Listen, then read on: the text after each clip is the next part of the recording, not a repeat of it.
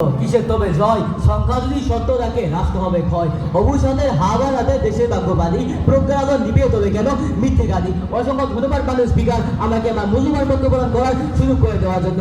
মাননীয় স্পিকার, পক্ষে প্রথম এত খরাক্রান্ত আবেগ আপ্লুত কণ্ঠে জনগণের শাসন আর শোষিত অদন্তের জয়গান গিয়ে গেলেন। তিনি বুঝতে চাইলে রাষ্ট্রের প্রতিনিধি মানুষকে বেরোতে ধরে দিলেই সব সমস্যা সমাধান হয়ে যাবে। কিন্তু মাননীয় স্পিকার, রাষ্ট্রপতি যেন লাইন বা বিশ্রাই বাস্তবতার পূর্ণ নয়। রাষ্ট্রপতি জ্যোতিষযন্ত্র থেকে আবেগ দিয়ে এবং প্রজ্ঞা ও দুর্নীতি চলে। আর প্রতিপক্ষ বন্ধু জনের ভয়ের কথা বলছেন। কিন্তু মাননীয় স্পিকার, জনমত বা পাবলিক অপিনিয়ন শব্দ যৌতিক হয় না।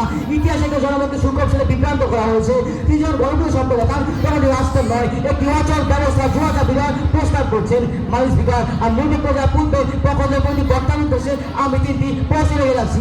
আশা করি তিনি সবটা বেশি প্রশ্ন উত্তর করতে যাবেন। একটি রাষ্ট্রের সংবিধান বা বৈদেশিক মূল্যনীতির মতো কারিগরি বিষয়গত অর্থ জ্ঞান কি এখন সাধারণ মানুষের থাকে? যদি না থাকে তবে হ্যাঁ বা না চিন্তা কি অগ্রসর হবে না? মাননীয় স্পিকার, গণতন্ত্রের মতো প্রথা বা সংসদীয় শুরু থাকে না।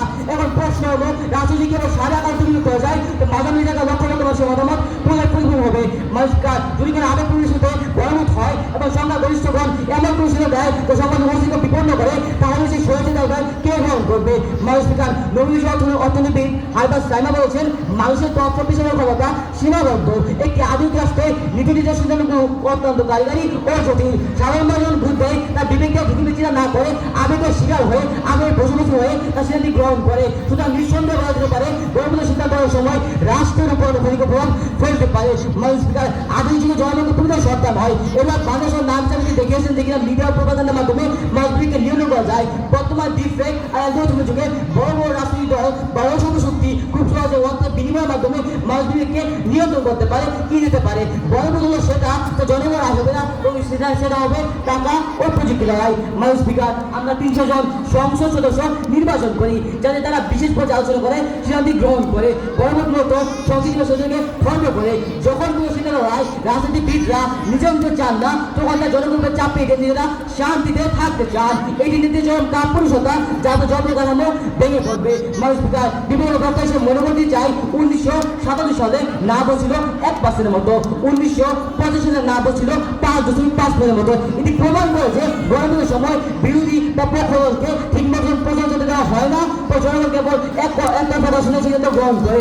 মাননীয় স্পিকার, 1925 সালে গণতন্ত্রে বুঝে বসছিল 72%, কিন্তু বহু সাংবাদিক পর্যবেক্ষণের মতো উপস্থিতিও অত্যন্ত নগণ্য। অর্থাৎ গণতন্ত্রের নামে ব্যাগ বা সভা ও সংখ্যা দিয়ে কাজ চুরি করা হয়। কেন সংখ্যা থেকে সেও সংখ্যা 20 পাশ আগে তো সংখ্যা কমিতে যায়, সেখানে বিশেষ যাচাই করে সিদ্ধান্ত গ্রহণ করে। সংখ্যাপীঠ হারা যাচাই করা শুরু থাকে যা গণতন্ত্রে সম্ভব হয় না। মাননীয় স্পিকার, সংখ্যা সিদ্ধান্তের পরিবর্তন প্রয়োজন হলে তার পরবর্তীতে পরিবর্তন করা যায়, সংশোধন করা যায়, কিন্তু গণতন্ত্রে সেই কাজটি অত্যন্ত জটিল ও কঠিন। মাননীয় স্পিকার, পক্ষপাত তিনি প্রশ্ন করে গেলেন। প্রথম প্রশ্ন, জনগণের মুখোমুখি হতে আমাদের এত অনাহি কেন? মাননীয় স্পিকার, আমরা জনগণের মুখোমুখি ভয় পাই না, আসলে জটিল এবং কারিগরি বিষয় জনগণকে ছেড়ে দেওয়া মানে চরম দায়িত্ব হিসাব প্রমাণ করা। আমরা দায়ী বদলে চাই না বলে শাসকের পক্ষে বা সংসদের পক্ষে কথা বলছি। মাননীয় স্পিকার, দ্বিতীয় প্রশ্ন, সংসদের বিধান না হলে এক বিকল্প কি? এক বিকল্প সুষ্ঠু অবাধ নির্বাচন গণভোট নয়। তৃতীয় প্রশ্নকে জবাব বলতে চাই, রাষ্ট্রপতি ক্ষমা করার ক্ষমতাকে নিয়ন্ত্রণ করতে গণতন্ত্রের মতো ব্যাংকের দরকার নেই, এবং আইন সংযোগকারী ক্ষমতাকে বিচার বিভাগীয় পর্যালোচনার আওতায় আনে হলো সবচেয়ে আধুনিক ও কার্যকরী সমাধান। মাননীয় স্পিকার, আমি মনে করে দিতে চাই অতীতে নেতিবাচক অভিজ্ঞতার কথা।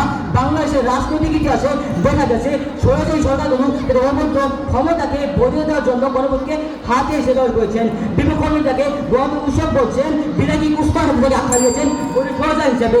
যে ব্যবস্থার মানুষের প্রশ্ন ক্ষমতায় কেউ না হয় তাকে যাই বলা হোক গণতন্ত্র বলা চলে না। মাননীয় স্পিকার, রাষ্ট্রবিজ্ঞানের ভাষায় কিছু উক্তি রয়েছে।